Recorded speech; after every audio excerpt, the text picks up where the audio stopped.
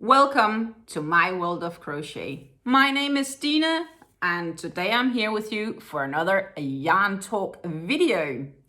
And as always, I do have my faithful mug of tea here, which today is the Pickwick tea, which from the branch Joy of Tea, which is an Earl Grey with a hint of citrus. But enough about the tea. There's plenty of things we need to go over today, actually. It's been a busy week for me last week. But I did manage to have time to crochet and get some things done. So I currently have 3 ongoing projects, but I have much more coming up in this sleeve as well for the future. So the first thing, of course, I need to remind you guys is that currently I do have a giveaway running right now. So check out my channel and find the current giveaway. It ends Thursday morning my time. So you have another 3-ish days to get your entry in if you're interested in winning some of the Yarn and Colors amazing yarn, which is 100% recycled acrylic. And of course, I also have a bit of tea in it and other Dutch treats. So hey, check it out if you're interested, because it's kind of too good to let go, because it does qualify for all entries worldwide. So I will ship to you no matter where you live on Earth. But let's get back on the projects that I'm currently working on. My second sock, I should say, is slowly taking its shape, not by much, but I finished the nose or the toe section. And what I need to do now is basically I need to start at the nice pattern. I do have the seconds or the original here. So what I basically finished is this tip, and now I need to start work on the pattern here, which is on top, and the regular double crochets on the bottom. The top pattern is like a fan stitch alike pattern, which is also the same pattern you see on the whole leg. And I'm sorry for my not woven in ends, that will come later. I tend to weave them in on the go, but I learned from experience it's better to do it first when it's complete. Even though this sock is complete and I could weave them in, I guess I will be doing it when I'm done with the other sock, so we are sure they are at least the same size. But I read everything down what I've done. Even though I did go a bit rogue of pattern, I've written down everything to make sure I can create a second copy that should theoretically be the same. I guess time will show if I succeed. But as you can see, it has partially here on top this shell fan pattern alike, and they do contain of 2 double crochets, 2 chain 2 double crochets, and then you double crochet in the next following. There's this single row here of double crochets before you then fan out to 2 double crochets inside the next chain 2 space. And that's basically how it's been, except for the very top that has not the let's see, it doesn't have, as you can see, the rows going down here. It goes straight like 3 double crochets, 2 chains, 3 double crochets, and then straight into the next 3 double crochets, 2 double crochets, 3 double crochets, and so on, just to make the top edge looks very nice and sleek. So that's kind of the pattern of the sock, which is the Blue Thunder socks from Drops. It did take me a while to understand this pattern very well, because I found it a bit oddly written, and I appear not to be the only one that's not 100% complying with how it was written down. But yeah, so I kind of retranslated because I had to really focus on every single phrase to make sure that I understood what they wanted me to do. And it did, I turned out with a sock of it, except it's not really fitting the size that they say it would be. It's a little bit too big, but still, we are hoping once the second sock is complete and I do wash them in the washing machine, that it will fall down a little bit in size and it might shrink a size. That's kind of my hope. And if it doesn't, well, somebody will be happy with them instead. At least I hope. But yeah, so far that's kind of sock. And this is the start of sock 2. I just began on it yesterday, so it's still really pretty new in the works.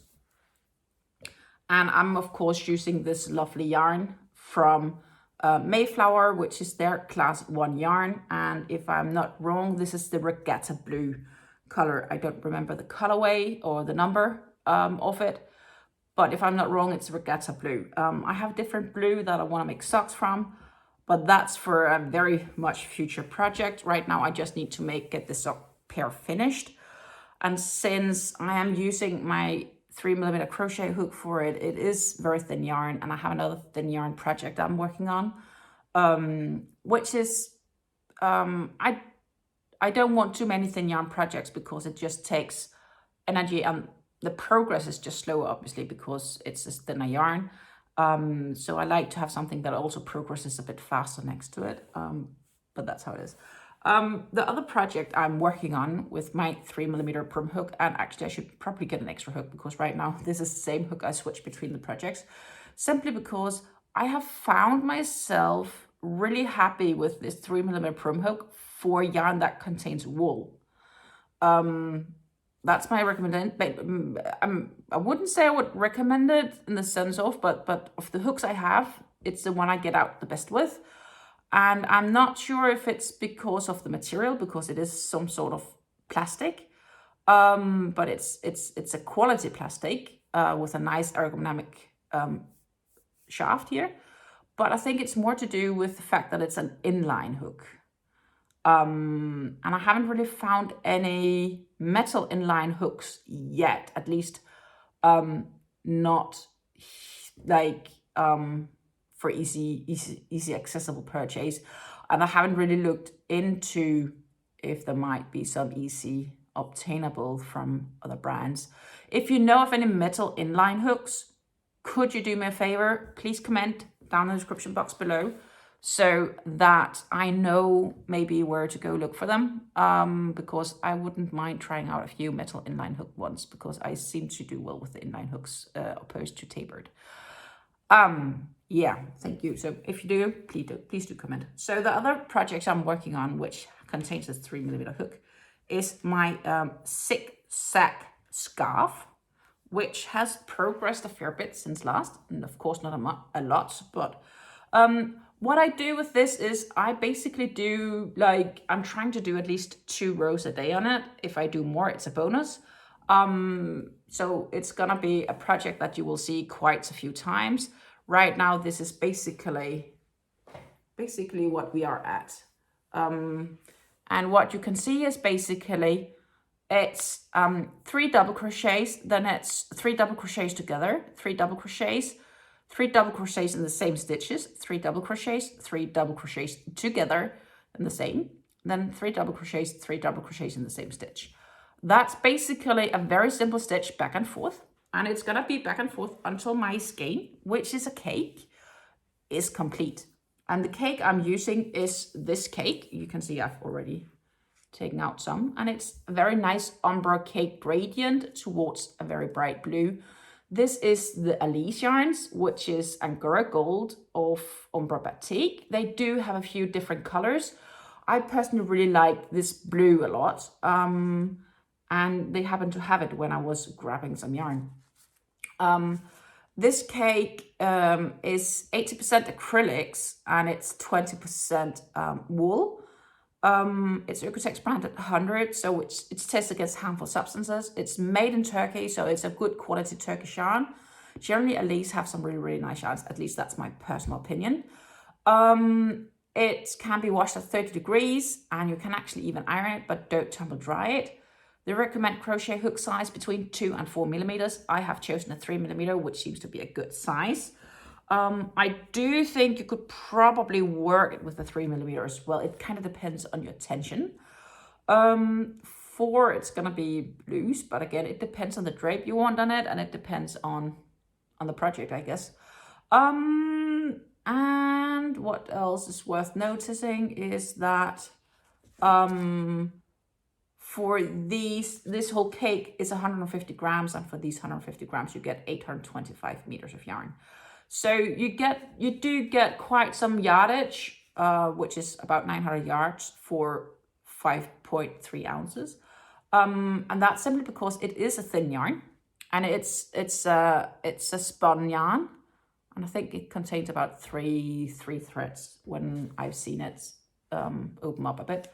So it's just a one yarn to work with, which is generally working out pretty simple. And it is nice to work with, but you can feel the fluff when you're working. But still, the stitch definition is pretty easy to see here. And you can see where you have to work. I really, really like the project that I'm working up here, but I can also feel it is a thinner yarn, so it is something that, yeah, as I said, I'm trying to do a couple of rows every day. So we will be definitely a few weeks before I'm done with this one. I kind of want to finish my sock earlier because I started on that project first, but still at least 2 rows a day is kind of the goal for this project, an average. And we'll have to see where that leads us. The last thing is that I started working on a new baby blanket. And I did with the ice yarn that I showed you in the last yarn talk video. And this ice yarn would be this is at least where I'm going, and I do go from the outside to the inside of the skein. It's a habit of mine. I don't think there is any right or wrong if you do from the center pull, but I really hate yarn bath. So for me, it seems it's simpler just to start on the outside, but maybe that's just me. I don't know. What do you do? Do you prefer yarn baths, or do you have a good trick on preventing yarn baths unless they have like a defined center pull? Or do you just simply, like me, start from the outside, at least on skeins? It's 3-weight yarn, probably 3.5 weight kind of thing. It has this very nice reflection, but it is 150% acrylic. The skeins come with 150 grams in each skein, but I do not know how much yardage there is. And that's just because I bought it as a sale pack from Ice Yarns, so I had a really good deal on it. And what I have to say is it's really, really nice and soft. It's gonna be absolutely a gorgeous baby blanket. I am using my 4.5mm prim hook for this project. It could be 4.5mm hook from basically anything. It could actually also probably work really, really nice up with a 5mm hook. So again, there you have this little bit bigger project that does seem to progress a bit quicker. And as I just mentioned in the beginning, I am using a shell stitch for this one, and this is kind of how far I've gotten so far. And here you can see this nice shell stitch definition, and it's just gonna be one equally sized squared blanket. And what I'm first gonna do is I'm gonna work up all this yarn, and then I'm gonna see how big it is, at least that side here. And then I'm gonna add a second skein, and that's gonna be this pink yarn, which is gonna go on the outside as a pink border. And then I'll add 1 or 2 rows more of the white, because I do have an extra skein of white, to kind of wrap up this blanket. And how big it's gonna be, I don't know yet. Time will show, but it's working up really, really nicely. At least that's my feeling of it. And I think it has both like sort of a nice drape. It's soft, and it has this sparkle-like feeling because of these sparkle-like things in the yarn. You can see it when I kind of flip it around like that. It's really, really nice. I have more skeins of these laying around, and they're really, really, yeah, I'm really, really happy with how it's working up right now, to be honest. So I'm absolutely looking forward to share that project when it's closer to completion. Another thing I think this pattern would be good for baby blankets would be to work it up in like a big cotton cake, or like, you know, the Cotton King Sultans Deluxe, or a twister cake from Hobby, that is, or yarn arts from either Rose Garden or what's the other one called? Flowers. They have some really, really lovely cakes that would be great for this. But yeah, so that's basically what's going on right now on my yarn side projects. I am working on finishing these up, but there are many other things coming up in the pipeline, as I did mention earlier in this video. So another thing I have coming up next to, of course, a current ongoing giveaway where the prizes will be drawn on Thursday this week. So a small video will come up of that on Thursday. I also have a yarn haul from Ice Yarns coming up, and that will be published on a Friday.